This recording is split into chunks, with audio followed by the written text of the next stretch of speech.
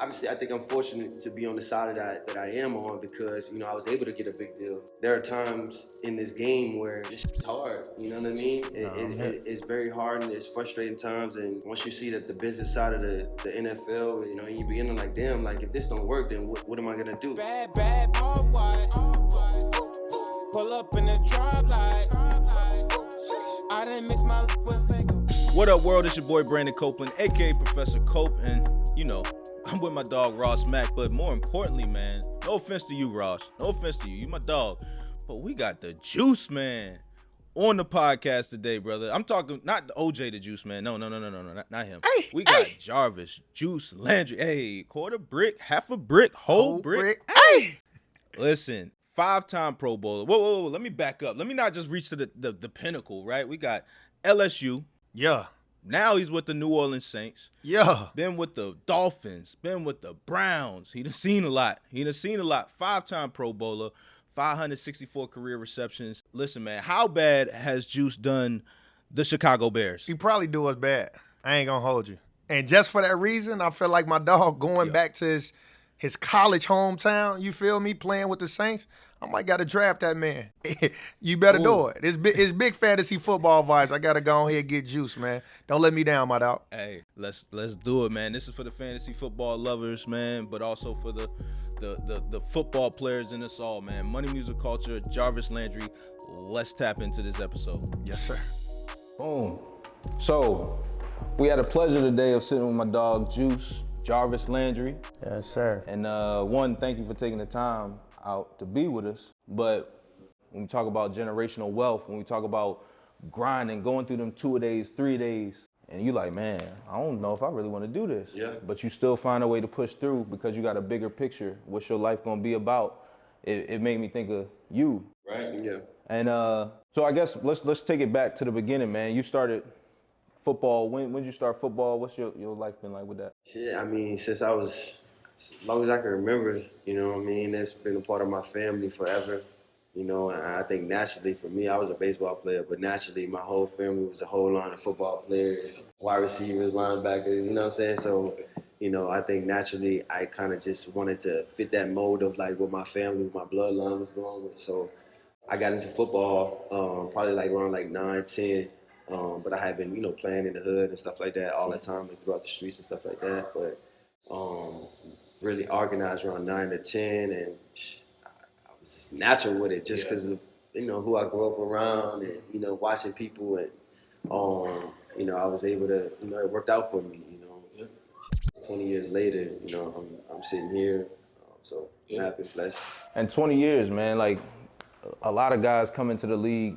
And we've talked about investing, we talked about money and stuff like that, but a lot of guys come into the league and they like, man, I've never invested before in my life. I'm like, bro, you've made the biggest investment in your life. Like 20 years of outworking people, I'm sure people have told you ain't that good enough at some point in your life, you know what I'm saying? Of course. And that's the biggest investment of all time. So I would love to talk about your transition into the league, right? Like you come into the league, you finally here. Yeah. Woo! Yeah. What's it like? I mean, it was like it was a dream. First of all, I was hot because I went second round. Yeah. So I was hot off rip, but also I got that opportunity. I didn't go to the draft room or whatever to New York, so I had the opportunity to spend time with my family here in Baton Rouge, and obviously coming from where I came from, being in a small place, small town, Convent, Louisiana, and when you make it, we all make it. You know what I'm saying? One person make it, everybody in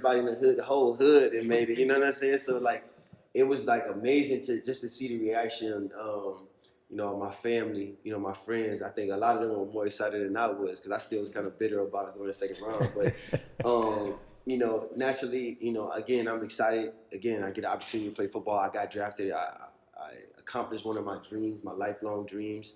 So I feel like that part of the investment that I had been doing all those things, from the sacrificing all the time, sacrificing all the relationships, going out, partying, whatever it is paid off in a way that like, damn, like, look, like I'm able to like put my family up, you know what I'm saying? Put them, you know what I'm saying? So I think that was something that I really like, that took to heart. And then when I got to Miami, I think we talked about this yesterday.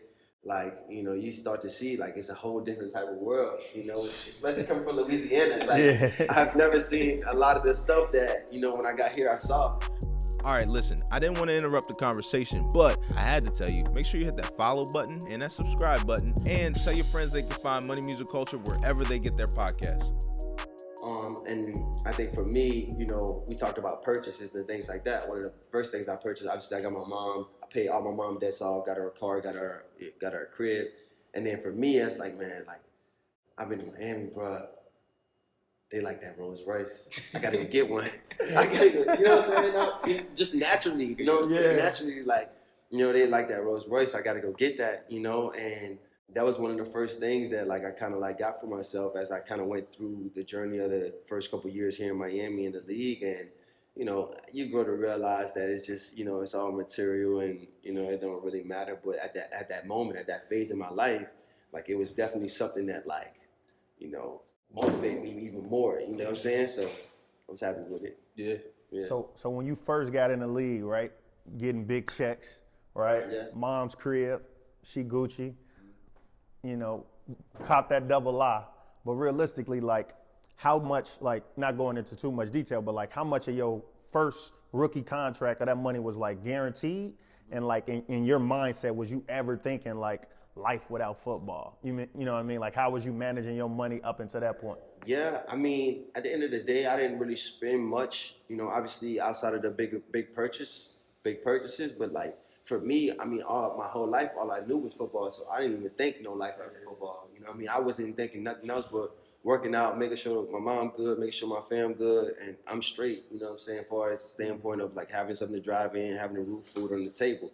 You know what I mean? I wasn't even thinking about investments. I wasn't thinking about tech. I wasn't thinking about like making sure that I, you know, sit on these panels or sit through these panels or, you know, watch things or try to educate myself. All the thing I knew at that time was like, if you produce on the football field, you're going to get more bread. Facts. So my focus was there.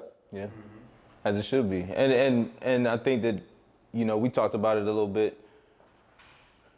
Some of us, I feel like, you know, this financial literacy craze right now, we judge a lot of athletes, a lot of young people for coming into money and then like going out and spending it and treating themselves, when some of us, we need that, right? Like, that's part of the process, right? Like, as much as we want to tell our children, yo, don't touch that stove, it's hot.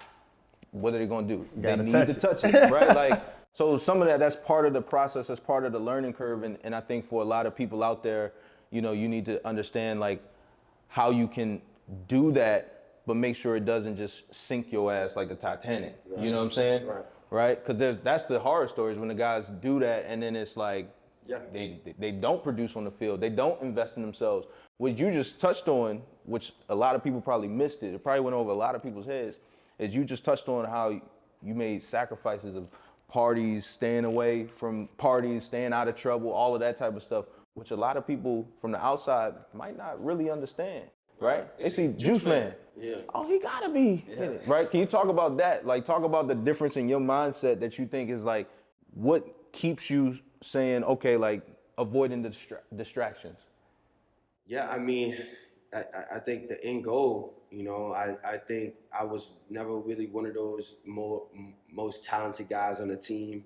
I was always like, you know, not the try hard, but like the hard worker. Like, you know what I'm saying? Like, oh, that's the best guy? Okay, let me go stand next to him. Let me go compete with him. You know what I'm saying? Let me, you know, and I think that mentality always stood with me. And then I realized at the same time of, you know, I had my fair share of going out or whatever it was, but then at the same time, I had to step back and like, bro, I can't drink or do this or do that and stay up to 3, 4 o'clock in the morning and show up to work and still try to get this level that I hold of myself. You know what I'm saying? I can't do that consistently.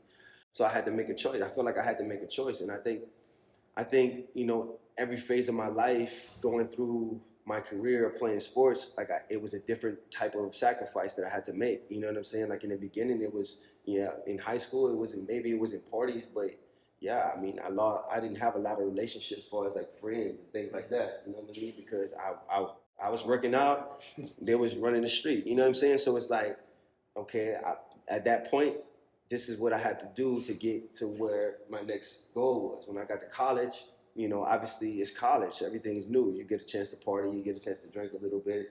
and things like that. And then it was like, damn, I can't do this and play on a high level. Like, I can't do this and I can't go on spring break. I think that was one of the things that like really like I saw for myself that hit me, because my sophomore, junior year, everybody ran on spring break and I stayed and I trained. And you guys, anybody at LSU, you guys, anybody that I played with, I stayed and I trained. And I got my body and my mind ready to be able to say like, hey, like, look, I have the self-control to stay away from those things if I needed to. You know what I'm saying? But also, what do you want? What do you want from what you're doing, And I wanted to make it as hard as possible for Les Miles to sit down in his office and him to ask me to come back for another year. You know what I'm saying? No, because I'm out of here. You know what I mean? You know what I'm saying? I'm out of here. I put the work in. I balled on the field and it translated. You know what I mean? Facts. I think for anybody, like for all of us, as athletes, entrepreneurs, or whatever it is, when you see your sacrifices and all of that stuff translate and into something that pushes you to something greater, opens another door, like. Now you want to test that again, and I think that's the thing that has always worked for me. Yeah. It's funny that you said that about locking in during spring break. We were on the field a couple days ago, and I'm like, man, I see why kids just always got that energy and just ready to go. Athletes, we get in after a weekend on a Monday, you like, man, that weekend set me back, right? Kids, you just still running, still active through the weekend. You ain't putting bad stuff in your body and stuff like that. You just being a kid, right? So it's crazy the effect that adulthood can have on your career, especially if you're not strong enough to know your lane, know what you can do. There's some people, Dennis Rodman, that's what they need. Animal. They need a party. You know what I'm saying? But there's some people like, I tried to party with your ass one time. I can't do it again. No, that's real. But like what you're saying, that tunnel vision, I equate that with all the greats in whatever their actual field, like you say, whether entrepreneurial or, an athlete, right? The Elon Musk, the Mark Zuckerbergs, they wasn't partying. They was, in their office writing their actual business plans down. The same with you, right? You wasn't going out, entertaining and, doing all that other stuff. You was in the weight room. You was running routes. And so that same tunnel vision, I only would imagine that's going to translate to, life outside of football, right? I hope you play another 20 years if possible, you feel me? But when you start thinking about maybe life after football and you got 2 kids now, like, I'm assuming that same mentality is going to translate, right? So like, what are you thinking in terms of maybe life after football? I know we talked about music earlier, like what type of things, and like tech investing, like what type of things you thinking about? Yeah, that's some of the things that I'm very, very interested in, and again, I think over time of understanding of this game is really not for long. And obviously I think I'm fortunate to be on the side of that I am on, because, I was able to get a big deal. I was able to get a little, whatever that lane, whatever you would call it, what I'm saying? Like freedom, what I mean? Financial freedom or security or whatever. To really sit down and sit back and be like, what do I want to do?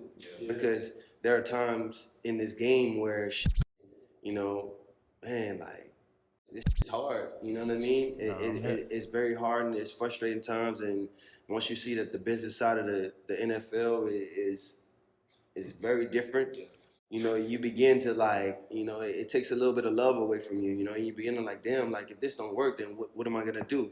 And again, like I said, I'm on a great side of this, but at the same time, like I just felt like, like for all my life, all I really wanted to do was play football. And I had the things that I did, but I never really was serious about it. And now I'm in a position where, I have the access that I have because of the things that I've done on the field and in my career and the relationships that I've built over the years where, I can talk to people about investments. I can get them the right type of doors to meet the right type of people, to meet owners, I think I'm at the point where like I'm tired of working for people and I want to own shit, you know what I'm saying? Like, you know what I mean? Like I think like that's like the next step, you know what I mean? Yeah. And being able to be that testimony for other people too, to be able to be like, damn, like, yeah, like he did that, yeah, I can, you know what I'm saying? In different areas, like you ain't just an athlete, you know what I'm saying? You ain't just a musician, you know what I'm saying? Your father, your husband, you know what I'm saying? It's different areas of your life, just like with your hobbies too, Man, that's real. Like, I know, like I could only imagine your mindset shifts after you reach a certain milestone, right? So you was in college, like, man, I'm good on going to the parties or spring break to Miami where all these mods at right now, right? I'm solid on that. But once you reach that milestone, I'm in the NFL, it's lit. Now your next milestone is like, let me go crazy these first few years and get that big check, right? And then I think probably maybe the next milestones is like, man, having a child, where it's like my whole mindset shifted after I had a kid, right? I used to want to, do everything under the sun, and now it's like I value my time so much more, and kind of like that song, right? We're thinking about not just right now, but thinking about the future, right? And thinking about the legacy. So I know, me and Cope, we often talk about this because we both got children. I know you got 2 children. So like in terms of like your mindset, like how would you say your mind has just changed from like your first 2 years in the league to like where you at now, right? Because obviously more money now, but I know you starting to think about stuff that you never even thought about because you was purely tunnel vision, right? Just to reach that milestone. And now like, kind of where would you say your mind has shifted, from them early years to now?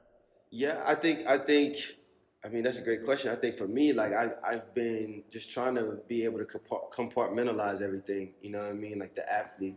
Think about myself as a CEO, or my brand as organization. You know what I mean? And football is one side of me. This music is another side of me. You know what I mean? And being a father. Being able to disassociate from the different realms of these things, to be able to be present in each different one. And I think throughout the time of experiences, of feeling, of trial and error, it's helped me. But again, I'm still growing in each of those areas in my life, and I think that that's one of the things that I feel like for me, as being a parent, like I want to show that to my kids. I want to show that obviously, like you want to be present in each thing that you do. You never want to give up. You start something, you finish. Yeah. You know what I mean? And about the impact you leave. That's one thing that I care about. One of the most things I care about is, the impact, the legacy. I would say we'll wrap on this note. Josh McCown. Did you play with Josh? No. Yeah? No. Josh McCown, so we go to the Jets. And, you've heard all these things about the speeches this dude gives and all that stuff. You're like, okay, cool. This dude gets up at the front of the meeting room one day, and he's like, listen, how many of y'all have kids? A few people raised their hand. I didn't have a child at that point. He was like, listen, one day, if you don't have kids already, one day you're going to have children. And one day, your children are going to get older, and you're going to keep trying to tell them certain things. Do this, do that, do that. And at a certain point, they might actually ask you, well, like, did you live like that? Did you not quit? Did you do this, Dad, right? And he said, you always want to be able to look at them with a straight face and be like, hell yeah, right? I live by this stuff, right? And so I think that was something that has always helped me. I see you living it. I see you putting in the time, the effort, the research, asking the questions, right? And like you just said, grow, right? Like this journey is never ending. You're always reading. This man's always reading. This man's always talking to somebody, learning and all those things, right? Like people think we all got it all figured out, but it's like, nah, we growing and we looking for the next bucket list thing. So like I said, man, I appreciate you taking the time to be on with us, man. Thank y'all, brothers. Thank y'all, man. Yeah, without a doubt, man. Before we get you out of here, man, we got to ask you, what was the worst financial decision you made, man? The worst financial? Probably the cars. Yeah. How many whips? Which ones, man? Double R? 6 cars, dog. Like, I mean, I think, bro. Like, again, it was one of those things at a time in my life where the motivation, the inspiration, and all of that behind it for me. You know what I mean? To maybe push me to another point. Was something that I wanted. You know what I mean? It was like something that I wanted. Like it was, you know what I'm saying? Like I wanted it. And it was something to say that I can get it. And then, now it's just like all things in life. You want something, you on to the next thing. You know what I mean? So it's like, I think that was like one of the, I don't want to say the dumbest, but like one of the things that I did that, like, it is what it is. Ain't nothing wrong with it. Ain't nothing wrong. Because it pushed you, like you say, it was motivation to keep pushing you. Yeah. Because now you want something even bigger. So I like that. I respect it. Go get the Don on, you know what I'm saying? Something like that. Man. Well, look, man, we got the juice, man. We appreciate you taking the time. Yes, sir. And you've seen another episode of Money Music Culture with your boy Brandon Copeland, aka Professor Cope. Your boy Ross Mack. And we'll see y'all next time. Make sure you follow, subscribe, like, tell your mama, tell your cousin, tell your neighbor. And we'll see y'all next time, right?